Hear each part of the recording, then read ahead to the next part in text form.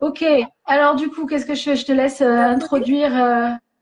Du coup, j'avais commencé en, mais on m'entendait pas visiblement, commencé en Non, on expliquant n'entendait que, rien du tout. voilà, j'avais été enseignante pendant 17 ans, mais tu l'as été également, et que j'avais notamment fini en maternelle et en toute petite section, et que, du coup, la rentrée en maternelle notamment, je l'avais pas mal travaillé, qu'il y avait un e-book sur le sujet, qu'il y avait des conseils dedans, et pour les parents et pour les enseignants.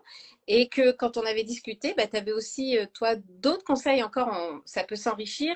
Et qu'en plus, on Hmm, avait évoqué l'idée qu'il n'y a pas que la rentrée en maternelle qui est importante. Puis j'en ai parlé là cette semaine sur le compte. Il y a aussi hmm. d'autres rentrées. Toutes sont importantes. Il y en a qui sont un peu plus importantes que d'autres parce qu'elles constituent des changements Ouais. plus particuliers. L'entrée au CP et l'entrée en sixième. Quand on rentre en seconde, si généralement on commence déjà à avoir une certaine maturité, donc Ah, mais mais quand ça même, travaille, hein, quand j'en même. ai un qui rentre en seconde là et il a un peu les pétoches quand même, hein. Parce qu'il y a toujours la peur de l'inconnu. On ne sait pas Mais avec oui. qui on va tomber, surtout en seconde, quand on est sur des gros établissements. Et moi, c'est Hmm. vraiment très compliqué le soir du premier jour, parce qu'il n'y avait aucun copain dans la classe, un niveau très, très disparate. Et je me suis dit, l'année va être Ouais, longue. Voilà. oui. C'est vrai qu'en fonction des enfants qu'on a à la maison, surtout, alors nous, toutes les deux, on a des enfants hypersensibles, hein, des enfants atypiques, entre guillemets. Mm. Et pour eux, chaque rentrée, alors ça peut très bien se passer aussi, mais chaque rentrée est un petit défi quand même. Donc, Et il du coup, faut les. des fois, qui suit aussi peut l'être. Ça dépend. Voilà. Mais du coup, on a pas mal enfin, on a vécu des choses parce que moi, du coup, mes enfants sont grands. Il y en a un qui finit ses études supérieures et l'autre, il travaille. Mais c'est vrai que j'ai une expérience qui fait que je peux voilà, témoigner de comment on a fait ce parcours-là. Mais ça peut faire l'occasion d'autres discussions. Et toi, tu es Ah, en plein dedans. moi, je suis en plein dedans parce qu'effectivement, comme toi, moi, j'ai été enseignante donc pendant 18 ans et j'ai fini ma carrière, enfin fini ma carrière. J'ai écourté ma carrière, on va dire, mais j'étais en maternelle les 6 dernières années. J'ai eu tous les niveaux, hein, du CM2 à la petite section, je suis passée par tous les niveaux, mais j'ai principalement fait le CP. Ouais, pas mal de CP et pas mal de maternelle. Voilà. Mais j'ai 4 enfants, donc la dernière rentre au CP. Donc c'est pareil, c'est une rentrée charnière. Elle est hypersensible, donc voilà, là, je fais face à l'anxiété à son anxiété, parce que moi je suis pas particulièrement anxieuse, mais j'accompagne son anxiété et mon aînée est à 17 ans, mais a décidé de se réorienter. Donc voilà, elle devait passer en terminale, elle passe en seconde finalement, elle recommence tout depuis le début. Waouh. Donc ouais, c'était courageux, mais Ouais, ouais. Non, non, c'est pas mais facile. Mais voilà, donc il y a des défis effectivement, quel que soit l'âge de nos enfants. voilà. Peut-être qu'on va essayer de commencer je sais pas, par la maternelle. Oui, Et un petit on avait point dit rapide. en fait, on vient d'en parler, c'est que chaque rentrée finalement génère des émotions. Là, tu as parlé de l'anxiété de ta fille, et donc c'est des émotions plus ou moins fortes selon l'enfant.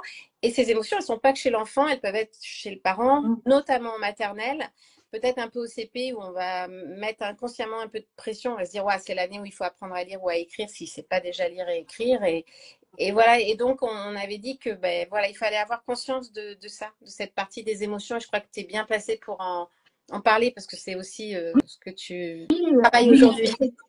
c'est ce que je travaille aujourd'hui et effectivement, comme on s'était dit, hein, nos enfants et surtout les hypersensibles sont des éponges émotionnelles. Donc, on a beau essayer de garder la face et dire que ça va être super le CP, ça va être super la maternelle.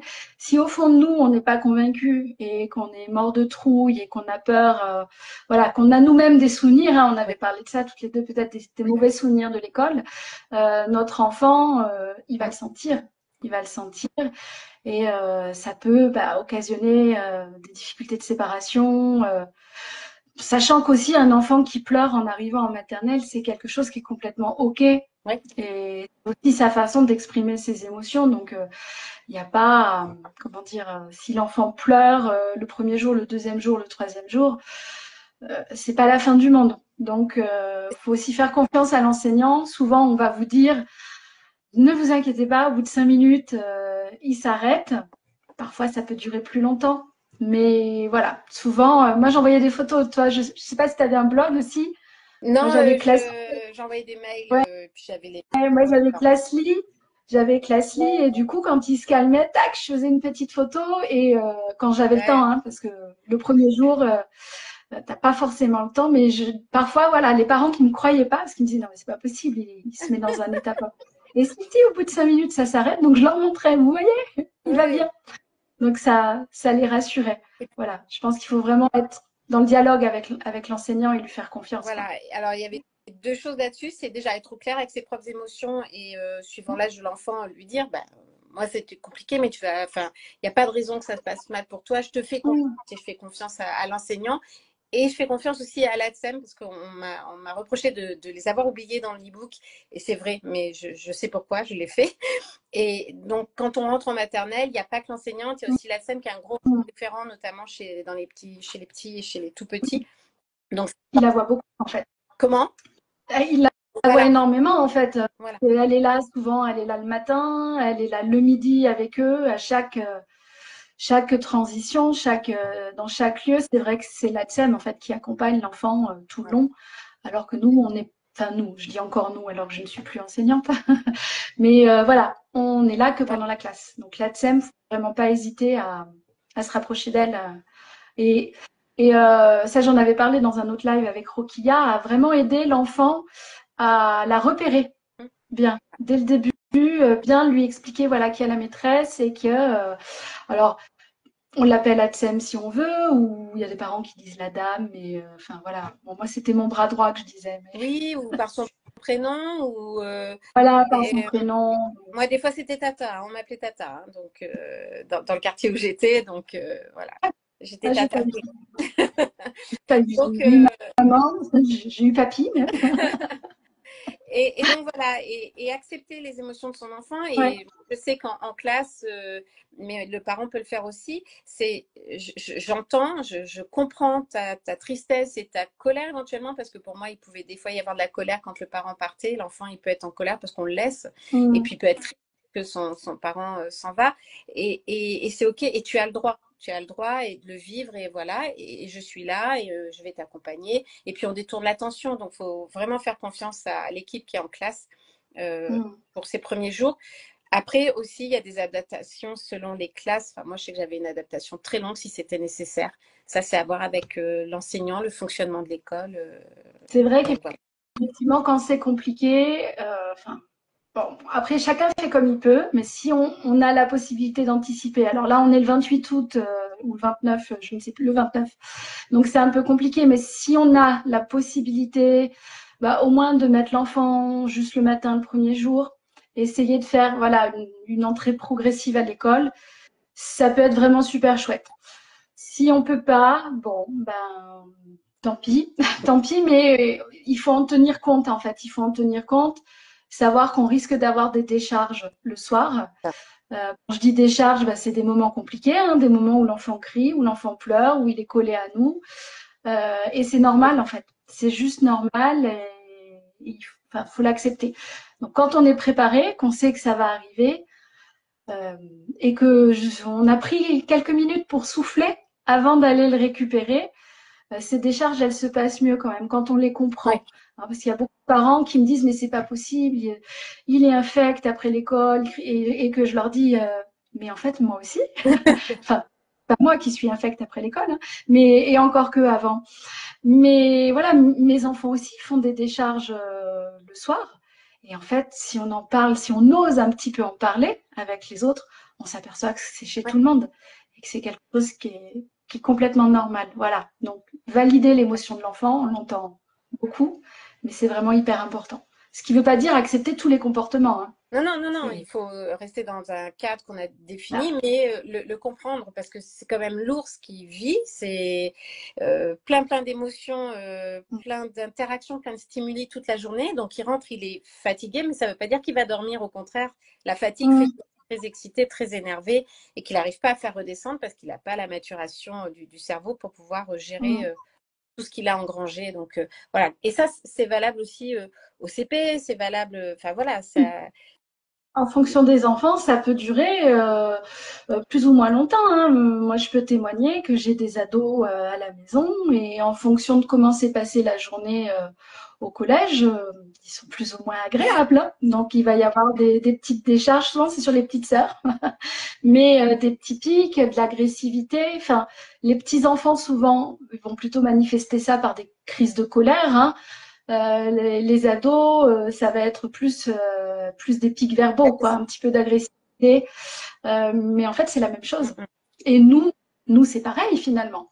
Quand on a notre nez dans les pattes, qu'on est fatigué, si on a eu un souci qu'on n'a pas eu le temps de redescendre, on va aussi décharger sur nos proches, ce qui n'est pas toujours OK. Non. Je peux en témoigner.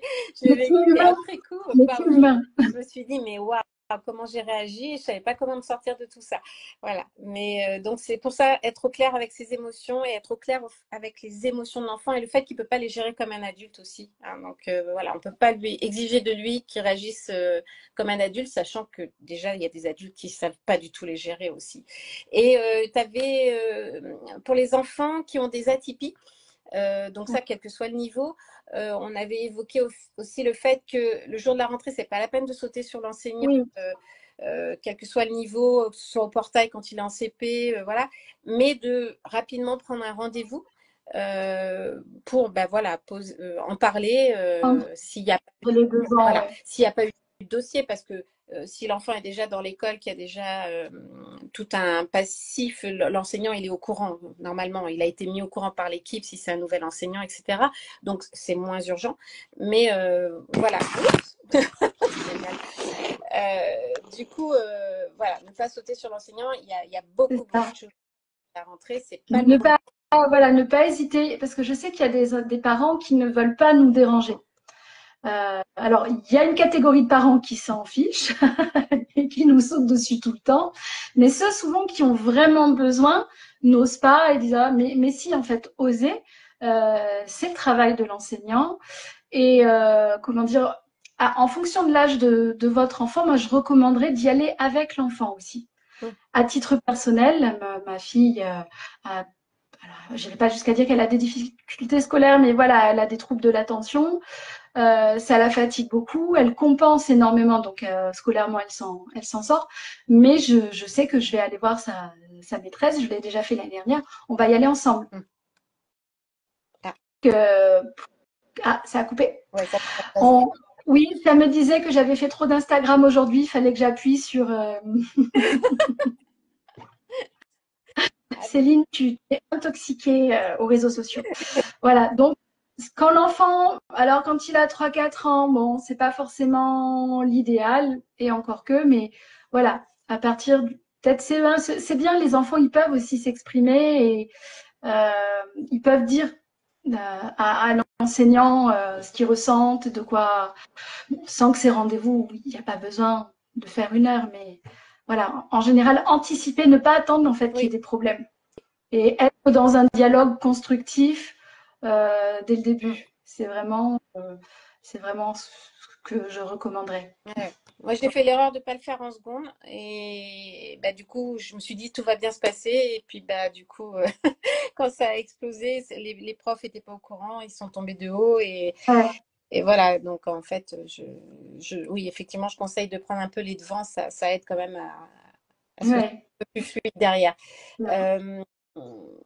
Sinon, on voulait aussi, toujours un peu sur la maternelle, on parlera un petit peu aussi du reste après. Il y a souvent la question de la continence qui est plutôt spécifique à la maternelle, hein. Même si les accidents en CP, ça arrive. Voilà. Et c'est bien d'avoir au moins au début des petits changes, hein, un petit change dans le sac, c'est pratique. Voilà. Et puis, notamment, tu avais dit pour les enfants au CP qui ont un profil atypique, tu parlais notamment ceux qui ont un trouble de l'attention. Je parlais des pipis d'urgence, en fait, surtout les enfants TDAH qui ont des difficultés en fait pour ressentir leurs besoins physiologiques et quand ils le sentent, en fait, quand ils se rendent compte que c'est le moment d'aller aux toilettes, c'est tout de suite. Sauf que souvent en CP, on leur donne la règle, c'est juste pendant la récré et ça va être compliqué. Donc c'est vrai que moi, il m'est arrivé d'avoir des élèves de CP qui faisaient pipi dans la culotte tout simplement parce qu'ils n'avaient pas osé me le dire.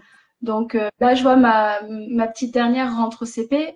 Alors, on a eu la chance de visiter l'école, donc on avait pris des photos des toilettes, on avait testé les loquets ensemble, parce que moi, elle a peur de s'enfermer, mais bien explicité à l'enfant. Tu sais, c'est fini le passage collectif aux toilettes.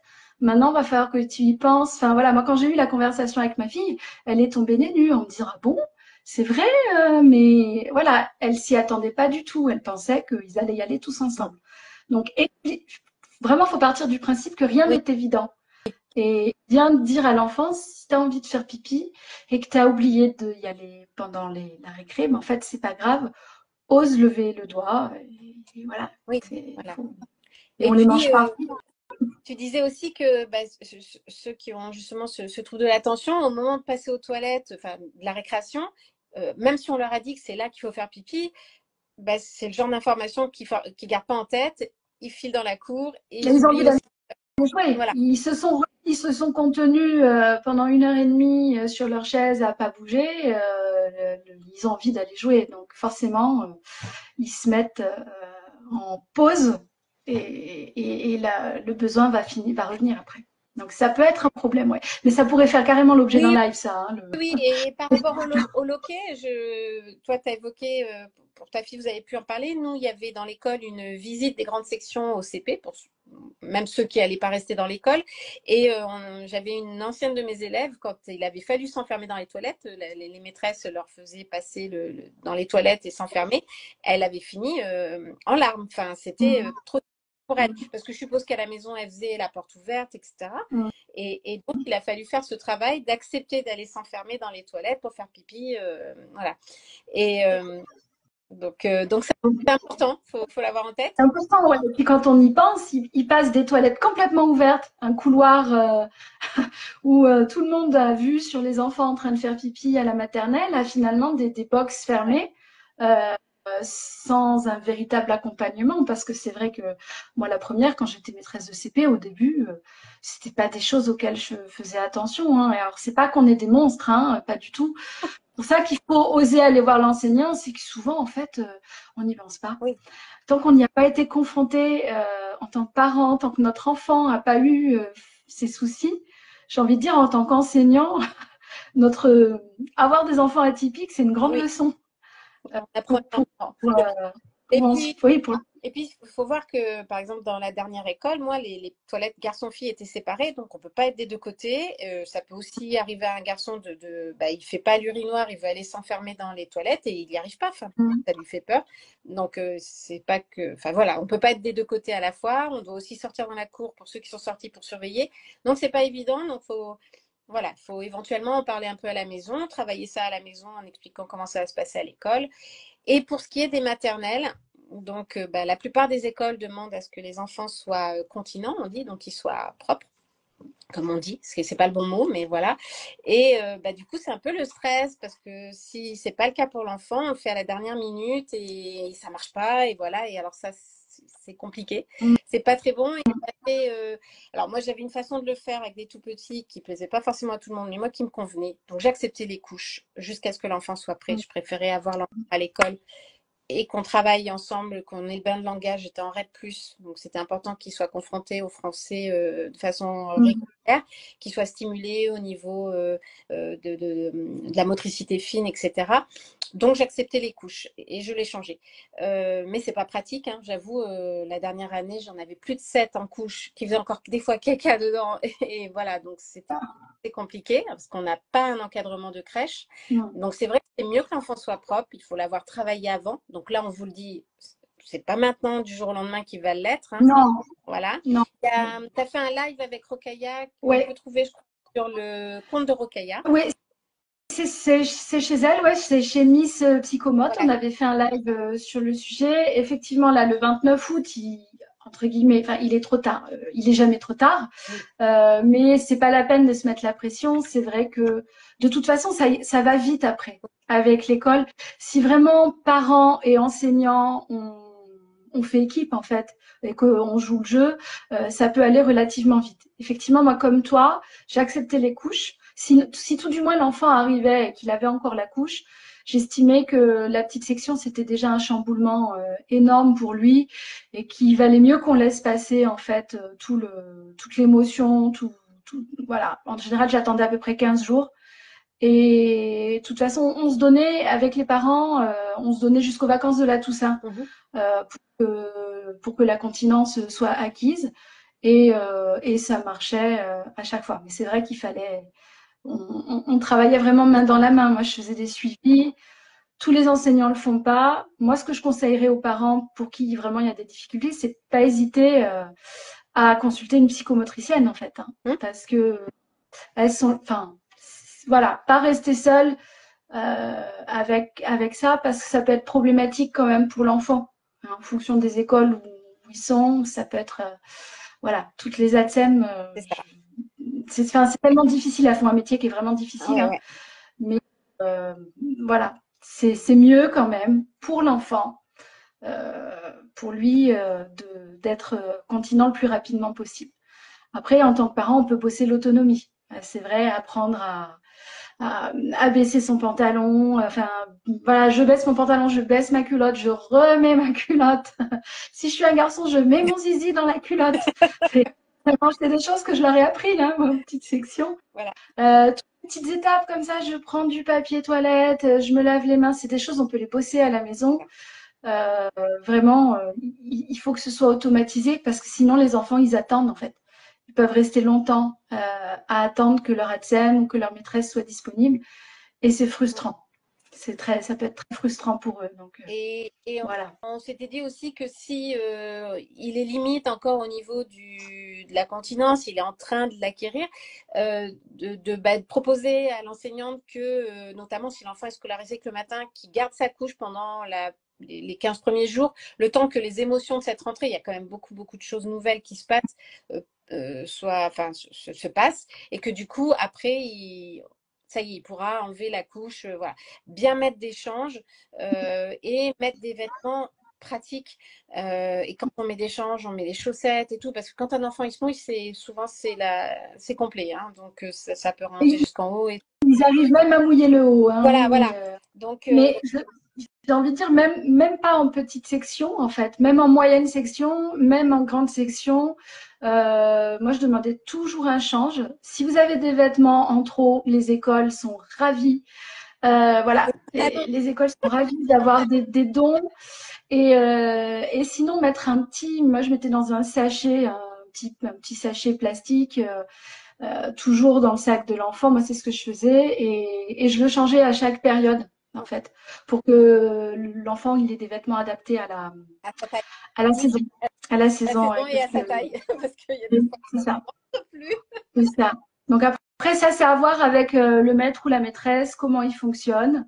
Est-ce qu'il y a suffisamment de change à l'école? Est-ce qu'on en met un perso pour son enfant? Ça va dépendre des fonctionnements internes. Mais il ne faut pas hésiter à poser ce genre de questions à la réunion de rentrée à laquelle je vous invite à participer.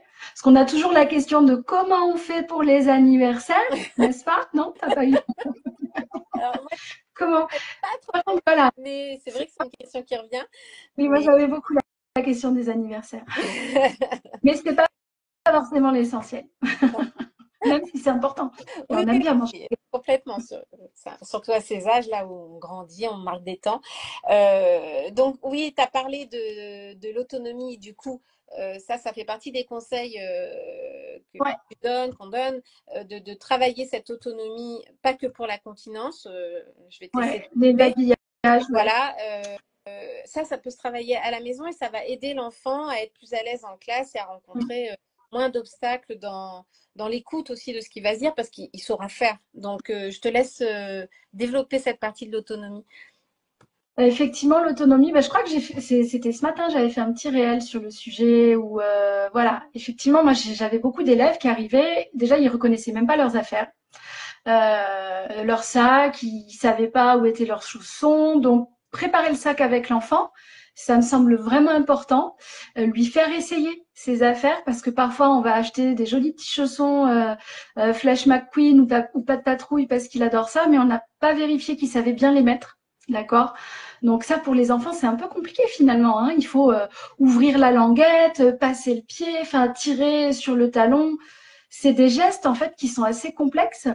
Donc tout ce qui est manteau, chaussures, chaussons, c'est des choses à l'école pour aller en récré. On passe beaucoup de temps, hein. Enfin moi en petite section, j'avais l'impression de passer mes matinées dans le hall au début, à faire des entraînements, à poser les manteaux par terre. Je sais que les mamans n'aiment pas toujours ça, mais voilà, ça fonctionne super bien. Le manteau par terre et hop, on enfile les manches comme Et ça. ils sont ravis d'y arriver. Ouais, Ils adorent. et ils sont fiers. Voilà, ils sont tellement fiers d'eux quand ils y arrivent que c'est vrai qu'on essaye de gagner du temps en tant que parents. C'est pareil chez tout le monde, c'est la course le matin, donc on veut aller vite. Ça vaut peut-être le coup de mettre parfois le réveil un quart d'heure plus tôt et surtout de les entraîner en dehors du C'est ça. rush. Et de faire C'est-à-dire, sous forme de voilà. jeu. Tu as un peu des Ouais, défis. Allez, ouais, ouais, ouais. Et puis bien vérifier, et si la paire de chaussures pas de patrouille qu'on a achetée, et ben en fait elle est immétable, qu'il n'y arrive pas, qu'il faut sortir le chausse-pied à chaque fois, et ben tant pis, on change. Mais le mieux est de l'emmener dans le magasin ouais. pour vraiment vérifier. Et Moi, moi, c'est ce que des chaussons, tout comme les chaussures d'ailleurs, à scratch qui tiennent au pied. ouais, Il faut aussi des chaussons, ouais. en fait, la taille n'est pas bonne, donc ils vont les perdre. Moi, je t'avoue que les jours où il pleuvait pas, on était en chaussures, hein. Sinon, je m'en sortais pas. Avec des Ouais. tout petits, 20 tout petits, il n'y avait pas l'autonomie suffisante pour mettre des 20 paires de chaussures. Voilà. Oui, moi j'avais des petits moyens, donc mes Voilà. moyens mettaient la main à la pâte et aidaient les petits. Ça, c'est l'avantage des classes multiniveaux. On Et, peut compter sur les plus grands. et l'autonomie, c'est aussi en CP, donc ce que tu as publié aussi, enfin, peut-être pas ce matin, mais en tous les cas, il y a plein de gestes à savoir faire en Ouais. CP. Oui, oui, bah oui, oui, tailler son crayon, on perd beaucoup de temps, effectivement. Moi, je m'en étais rendu compte quand j'étais maîtresse en CP et que en fin de journée, on donne des explications tout au long de la journée. Puis finalement, on se rend compte qu'il y a un enfant, il n'écoute rien parce que ça fait un quart d'heure qu'il taille son crayon. Parce qu'en fait, il ne sait pas tailler son crayon, qu'à chaque fois, il recasse la mine ou parce que voilà, il n'est pas très autonome dans ses affaires ou le fameux tube de colle. Enfin, je vous mets au défi, voilà, prenez un tube de colle et ouvrez-le en pleine conscience. Ça peut paraître complètement débile comme exercice, mais en fait, là aussi, il y a plein de gestes. Il faut ouvrir le bouchon, faut visser, faut pas sortir trop la colle parce que sinon, et je peux vous assurer que pour un enfant qui arrive en CP, à qui parfois les ATSEM voulant bien faire, les maîtresses voulant aller un peu vite, on pose tout sur la table. Ça se fait de moins en moins, mais je sais que ça existe encore. Mais ils arrivent en CP, ils n'ont jamais été confrontés à un bâton de colle. Ouais. Et en fait, ils sont perdus. Oui, Ils sont perdus. passer la colle avec le pinceau aussi, sinon. Donc, Oui, moi, je sais que je là, fais pareil, il faut l'écouter. de colle pour apprendre le geste, pour apprendre à Ouais, pas sortir le tube intégralement, parce que ça, ils vont le faire forcément une ou deux fois, mais au moins, ils l'auront fait en maternelle et ils ouais. n'ont pas fait. Donc, Mais faites-le à la maison. Enfin, c'est ouais, intéressant. leur en laisser un en libre accès à la maison, on n'est pas obligé. Voilà, bon, effectivement, moi j'ai des étagères Montessori dans le salon. Ça prend. On n'est pas obligé d'aller jusque-là, hein. Mais on peut avoir un petit coin avec un petit pot, avec une paire de ciseaux, un taille-crayon, une colle. Ils adorent bricoler. Laissez-leur des feuilles volantes, des brouillons, des factures, vos avis d'imposition si vous voulez, mais laissez-les voilà, découper, coller. Ils adorent bricoler et en plus, ça peut vraiment les aider à leur libérer de la C'est charge mentale en fait. ça. Voilà, tous les gestes qui sont automatisés, ben, ça va leur permettre d'être plus attentifs Parce que- aux consignes en fait, à ce qui se passe autour. Et là, Donc ça peut paraître. on avait parlé de gommer, parce que Ouais, la gomme. forcément, Ah oui, mais... on apprend et on peut. mais en fait, toute la trousse quoi. Ouais. Toute la trousse finalement, ça pourrait se faire en classe. Hein. Chaque, Peut-être pas assez. chaque outil. Non, on n'a pas le temps. Voilà, ça demande de l'entraînement et donc ce qu'on fait en classe ne suffit souvent pas. Donc c'est pour ça que c'est bien de le faire aussi à la maison. Voilà, voilà. Et puis, ça ne demande pas beaucoup de temps et puis ça ne demande pas de grandes compétences pédagogiques, quoi. Oui, Donc, je oui, pense que. oui. Et tu avais mis en termes d'autonomie un conseil super sympa, j'ai trouvé, sur les étiquettes plastifiées. Euh, Donc, enfin, je la trouve géniale. Je l'ai jamais vue et je trouve ça bien. Et c'est vrai que moi, j'ai souvent été confrontée au problème de l'enfant, notamment au CP. Tu manges à la cantine, l'enfant qui mange Je pas sais tous pas. les jours, et là, il dit, je sais pas. Et là, je dis, mince, il n'y a rien dans le cahier. Est-ce que c'est un jour il mange ou il mange pas? Enfin, voilà. Donc, toi, tu proposes un système. Vas-y, je te laisse Alors, expliquer. c'est un système qui est vraiment tout bête, hein, c'est-à-dire, alors je l'ai pas là, mais on fait une espèce de petite carte, hein, toute petite comme ça, un petit morceau de papier. Alors c'est vrai que c'est bien si c'est plastifié.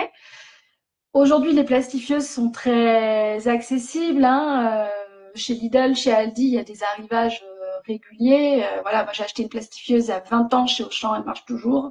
Donc on plastifie et on met aujourd'hui je mange et on remplit au feu d'ardoise. Donc soit à la cantine, on pourrait même mettre un truc pré-rempli où il y a juste à cocher. Ouais, Hein. ouais. À la cantine, à la maison, chez nounou, chez papy, j'en sais rien. Vous mettez en fonction de ce que vit votre enfant et le matin vous lui cochez. Et ce soir c'est machin qui vient te chercher parce que ça c'est une source d'angoisse pour certains enfants, mais même encore grand. Hein. Moi, je vois ma fille qui rentre en CM2, qui a un TDA, voilà, qui a un trouble de l'attention. Le soir, elle sait plus si elle va à la garderie, quoi, et ça la stresse. Alors elle a l'astuce, elle regarde, nous, chez nous, faut amener un goûter. Donc elle sait que si elle a la boîte à goûter, c'est qu'elle mange à la garderie. Mais voilà, avoir cette petite étiquette plastifiée, ça peut beaucoup rassurer l'enfant. Ça peut aider l'enseignant aussi, parce que Ouais. ils savent pas et c'est normal parce que la notion du temps en CP, elle est pas posée encore. Et du Il coup, faut attendre 8, et 9 ans. aussi en maternelle, si on n'a pas eu le temps, si par exemple, moi j'avais des enfants qui étaient à la garderie, donc je ne voyais pas les parents, je les récupérais depuis la garderie en maternelle et je ne savais pas s'ils allaient à la garderie du soir aussi, s'ils mangeaient à la cantine ou pas. Donc c'est pas mal d'avoir ce petit papier.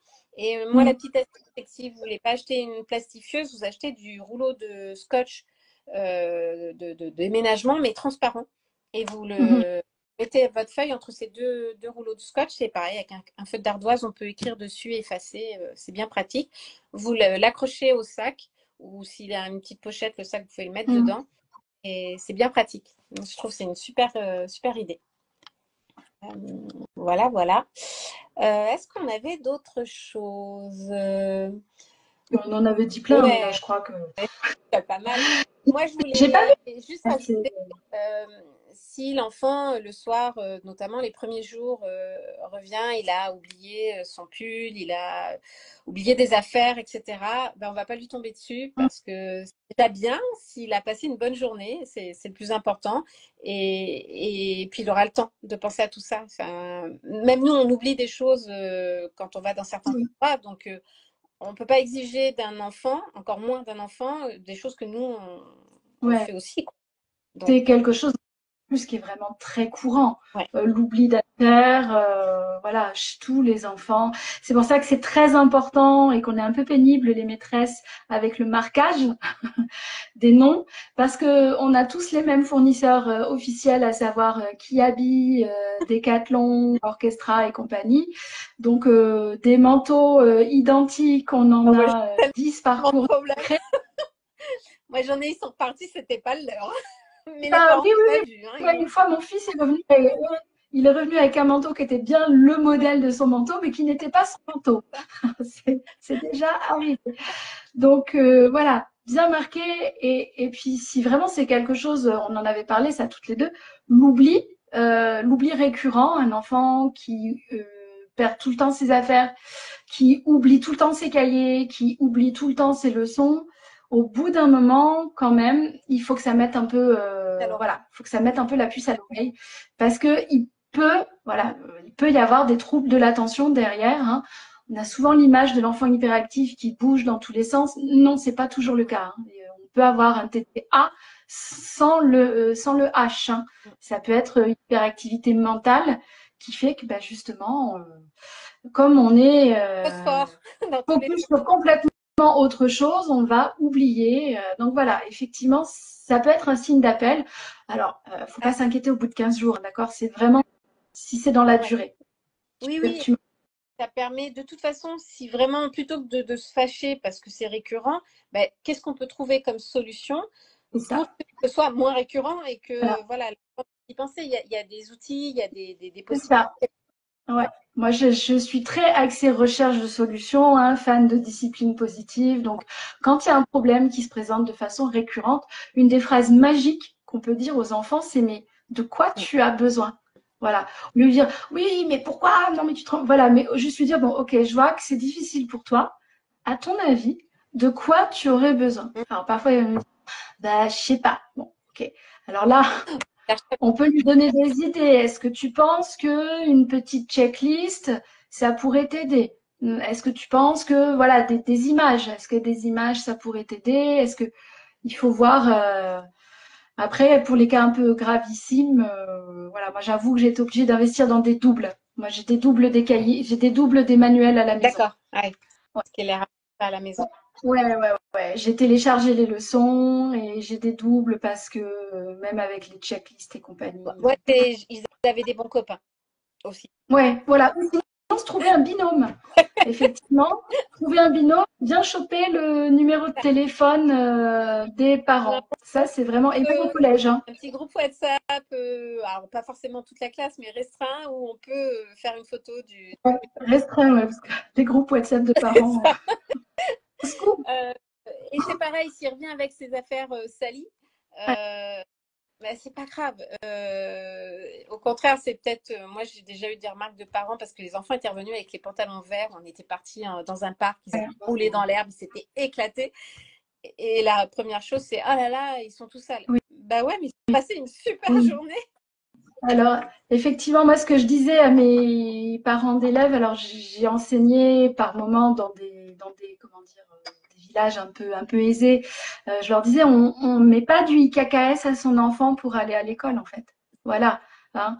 Les vêtements de prix, c'est pas pour l'école, parce que l'école, ben, malgré la surveillance qu'on peut avoir, souvent, on est seul avec 25 enfants. Bah, si on fait de la peinture, si on fait des activités manuelles, si on joue dehors, bah, ils vont revenir sales. Voilà.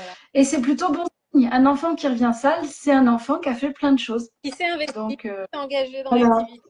Voilà, donc c'est plutôt. Donc, n'investissez pas trop dans les vêtements Prévoyez des vêtements de vous. dans lesquels l'enfant il est bien pour bouger, parce qu'on fait de la motricité aussi.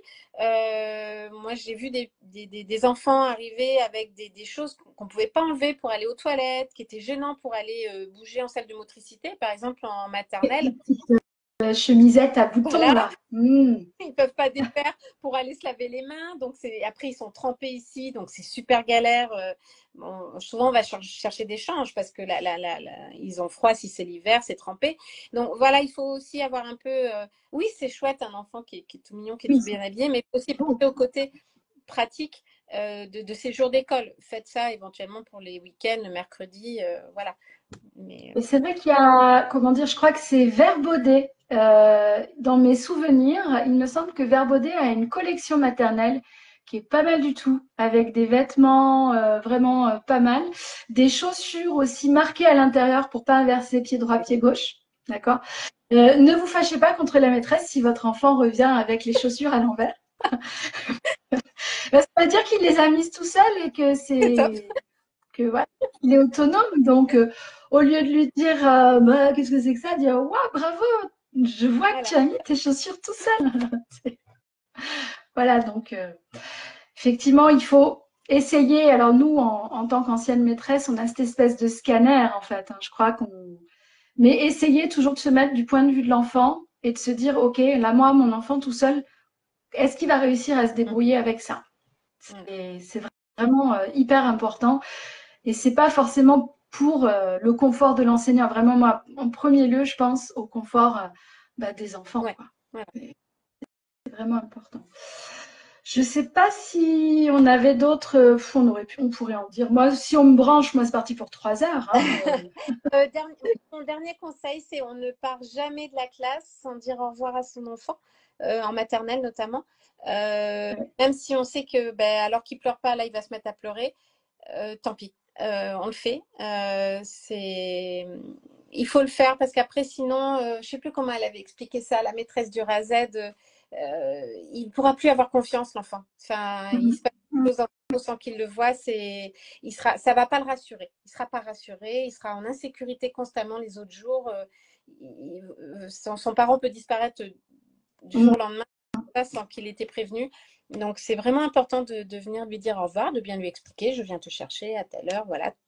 Et puis, bah, si vraiment la séparation est compliquée, parce que souvent, c'est pas forcément l'enfant qui a du mal à se séparer, bah, de demander à la maîtresse ou à la SEM de faire intermédiaire, prendre un peu le relais. Et... Moi, souvent, je prenais dans les bras. C'est vrai que pour certains enfants, certains vont avoir besoin que le parent s'installe un petit peu à côté de lui, joue à côté de lui. Et d'autres, au contraire, il va vraiment pas falloir s'attarder. C'est vraiment, en fait, c'est vraiment du cas par cas. C'est au feeling. En général, l'enseignant vous le dira. On le sent bien. On dit non, là, on y va. Vous nous le laissez dans les bras et puis voilà. En amont, faut vraiment pas hésiter à être clair, dire à l'enfant ce qu'on fait. Parce qu'en fait, ils nous voient partir, mais ils savent pas forcément où on va, ce qu'on fait. Et moi, j'aime bien les rassurer avec des petites figurines. Tu sais, je t'en avais parlé, vraiment leur dire, là, tu vois, moi, on dit que ça, c'est maman. Vous pouvez représenter, je sais pas, le travail. Ici, c'est mon travail. Tu vois, là, hop, moi, je vais au travail. Et tu vois, quand je suis au travail, eh ben, j'ai toujours mon amour pour toi. Je t'aime même quand je suis au travail. Et ça peut vraiment les rassurer de le voir. Vous pouvez représenter le petit bébé là, enfin le petit enfant. Tu vois là ici, toi tu es à l'école et moi quand je suis au travail, ben, j'ai tout mon amour pour toi et voilà et je reviendrai toujours te chercher. Et voilà. ça de voir, ah oui maman, elle m'aime. C'est le fameux petit. On n'est pas obligé de la raconter. Ouais, le petit. Voilà. Ça peut en aider certains, pour d'autres. Mais il y en a que ça amuse. Du coup, ils viennent réclamer leur petit cœur au Ouais. stylo. Mais eux, généralement, ceux qui viennent réclamer comme ça, c'est parce qu'ils sont très bien dans la classe, ils sont à l'aise et tout. Puis c'est difficile. Nous, on a tenté les bracelets avec mes filles. Plusieurs jours avant la rentrée, on s'était fait des petits bracelets avec chacune les initiales de tout le monde. On a mis papa, maman, Olympe et tout. Et elle aimait bien. Après, il faut des maîtresses qui acceptent les petits bracelets. Ah ouais, généralement ça. C'est une force de persuasion assez importante. Non, moi, ça va. Je prends tout objet transitionnel. Oui, mais oui. Voilà. C'est pas toujours. Oui. Mais oui, c'est doux, c'est Même pas important. ce que j'ai pris comme objet transitionnel. J'ai pris des bouées de plage, j'ai pris un énorme camion qui a fini en haut d'un placard. Voilà, mais pour que ça se passe bien, j'étais chez des tout petits, hein, je précise. Mais j'ai des photos hallucinantes avec des objets, on n'imagine pas. J'ai dit un doudou, j'ai pas dit. Ils aiment beaucoup, de toute façon, même après la rentrée, ils aiment bien en catimini nous ramener un objet. Ah ouais. Hein, un coquillage qu'ils ont trouvé, un caillou, n'importe quoi.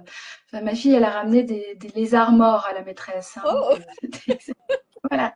Et Donc, de la même façon, ils aiment bien parfois ramener des choses de la classe à la maison. Et oui. donc, si vous écoutez et que vous trouvez ça dans les poches, ramenez-les en classe. On se passera. C'est pas du vol, mais c'est vrai que parfois c'est tellement tentant, surtout si on a la fameuse tour Montessori, il a le dernier petit cube rose. Non, je ne le mettais pas. Le petit cube rose ou le verger, les petits objets du verger. C'est très tentant, c'est joli. Voilà. Donc, ouais, ils aiment bien garder un petit bout de la classe ou de la maison avec eux. Et en fait, ça, c'est à voir avec l'enseignant, quoi. Moi, je sais que j'étais une maîtresse qui acceptait. Souvent, ça restait quand même souvent dans le sac. Alors, au bout d'un moment, ils acceptaient. Mais voilà, l'enseignant l'a vu et c'est bon. C'est comme un espèce de rituel d'entrée en classe. Oui, voilà. Qui... Et dans le petit que j'ai présenté, là, qui est la rentrée au CP, on voit bien que le petit garçon, il a encore son doudou et il est dans le sac, le doudou, parce qu'il y en a qui en ont besoin. Une nièce en a eu besoin très tard. Voilà. Ouais, Et je pense qu'il y a 4 personnes. S'il y a des questions, ouais, n'hésitez n'hésitez pas. pas. Voilà, on n'a pas parlé de la tétine aussi par rapport à la maternelle. C'est pareil, ça dépend des maîtresses. Moi, je l'accepte et ma priorité, ça va être de l'enlever dans la matinée ou dans quelques jours. Hein, on ne fait jamais ça le jour de la rentrée. Parce que j'ai d'abord besoin que l'enfant se sente en sécurité dans la classe. Et une fois que je sais qu'il est à l'aise, qu'il me fait confiance, qu'il fait confiance à la TSEM, petit à petit, on va pouvoir l'enlever, on ira la poser. On a un endroit pour la poser, on a des boîtes. En plus, la tétine, elle sert pour la sieste, parfois pour les enfants qui restent toute la journée. Donc voilà. Donc, il y a, Ils sont souvent oui, autorisés quand même. Et- voilà. Donc, ouais. si vous avez des questions, mais là, on n'a plus que 2 personnes, n'hésitez pas. Et puis, vous pourrez poser en commentaire également. Comme ça, on Oui, va y répondre oui, oui, oui. après. Faut pas hésiter. Après, c'est, ouais. Voilà, il y aurait eu beaucoup d'autres choses à dire, peut-être effectivement pour les plus grands, comme on a dit tout à l'heure, ne pas minimiser, voilà, s'il y a une certaine appréhension, euh, éviter le ah, mais bon, c'est bon, t'es grand, voilà, toujours commencer. Ah bah, je vois, oui, je vois que c'est compliqué pour toi. J'ai l'impression que commencer bah, par valider, hein, reconnaître, c'est important pour l'enfant de se sentir vu, entendu, reconnu dans ce qu'il traverse. Et ils aiment bien les exemples personnels parfois. Bah oui, tu sais, moi aussi, ouais. Moi aussi, quand je suis rentrée en sixième et que je suis arrivée dans ce collège où je connaissais personne, j'ai eu peur aussi. Ah ouais, c'est vrai, bah oui, oui, oui, mais c'est allé vite quand même. Je me suis fait des copains, voilà. Faut pas leur cacher que on va avoir des émotions pas forcément agréables, mais les enfants, et surtout les tout petits, n'ont pas conscience qu'une émotion, elle passe. Et ça, c'est vraiment important de leur dire, mais tu sais, en fait, une émotion, ça ne dure pas. Ça va durer quelques secondes, c'est 90 secondes max, hein, l'émotion physiologique, hein, elle va passer. Et ça, c'est hyper rassurant pour leur dire, tu sais, moi aussi, des fois, voilà. Donc, même pour les plus grands, écoutez. Et si vous sentez que pour une raison X ou Y, vous ne pouvez pas écouter, parce que vous-même, vous êtes, ben, vous lui dites, ouais, je vois que là, ça va pas, mais si tu veux, on en parle tout à l'heure, hein, d'accord, parce que c'est important quand même. Et puis, s'il revient le soir et qu'il se plaint, moi, les miens sont des champions, hein. Alors, je dois avouer qu'au début, bah, je leur disais, oh là là, c'est pas possible, mais t'as rien de positif à me dire. Et en fait, j'avais tout faux, quoi. Ouais. J'avais tout faux parce que ils ont besoin de se confier. Et si on a envie qu'après, à l'adolescence, bah, quand ça va On en pas, parle. ils viennent nous voir. Et ben, ah, mais j'en ai fait moi des boulettes Ah oui, aussi, hein, mais tout est rattrapable. Tout est oui. rattrapable en fait. Voilà. Puis profite d'aujourd'hui de l'expérience de ceux qui sont passés par là. Enfin, moi, je sais que bah, je suis plus âgée que toi et du coup, il n'y avait pas tout ça. Aujourd'hui, on a quand même tout cette. L'émotion de l'enfant est beaucoup mieux prise en compte. On le sait que c'est important, alors que moi, ça ne me parlait pas du tout. Il n'y avait pas toutes ces avancées sur les neurosciences. Et j'aurais aimé vraiment le savoir quand les enfants étaient petits. Je pense que alors, ça n'aurait pas forcément évité les problèmes à l'adolescence, mais on aurait peut-être pu parler plus vite. Voilà, parce qu'ils ont mis ils ont mis du temps, pardon, à s'ouvrir et à oser parler, à communiquer. Donc, voilà, c'est important d'avoir cette écoute et de se dire, est-ce que je suis en capacité d'écouter là? Non, je peux pas. Alors, bon, j'ai bien entendu. Pour écouter, on va différer un peu. Parce que là, Ouais. je... Et bien leur dire voilà que toute Voilà. émotion est légitime. C'est-à-dire ouais, on a le droit de se plaindre. Alors, bah, c'est vrai qu'on préfère entendre quand ça va, mais c'est important de les laisser se plaindre parce que bah, à titre personnel, moi quand j'ai eu une mauvaise journée, je bassine mon mari avec ça Et et ça me fait du bien. oui, ben oui, moi je l'écris des fois, sinon j'aime bien écrire. Et oui, on peut effectivement en tant qu'adulte, on a plus de ressources qu'eux, mais nous, Et eux, ça voilà, pour nos enfants, on par doit. le jeu, hein. Pour un enfant qui parle pas trop, etc., ça peut passer par le jeu, par Ouais, vive les Playmobil. voilà, les Lego, tout ça.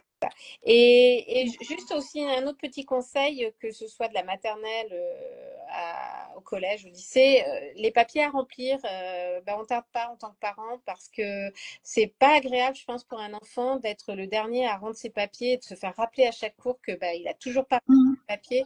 Donc ça peut s'anticiper et en tous les cas, on essaye de pas le faire 10 jours après parce que ben, c'est pas agréable. Ben, le faire dès qu'on les a, hein, la règle des 2 minutes du TDAH, elle est très bien. On a les papiers, on essaye de se poser le plus vite possible parce que sinon demain remet à jamais. Si on remet à demain, demain remet à jamais. C'est quelque chose que je connais bien, ça. Ouais. Donc, voilà, voilà. Bon, mais je vois qu'on n'a pas de questions. Non, C'est pas grave. C'est peut-être qu'on a beaucoup dit de oui, choses. voilà. Et puis surtout,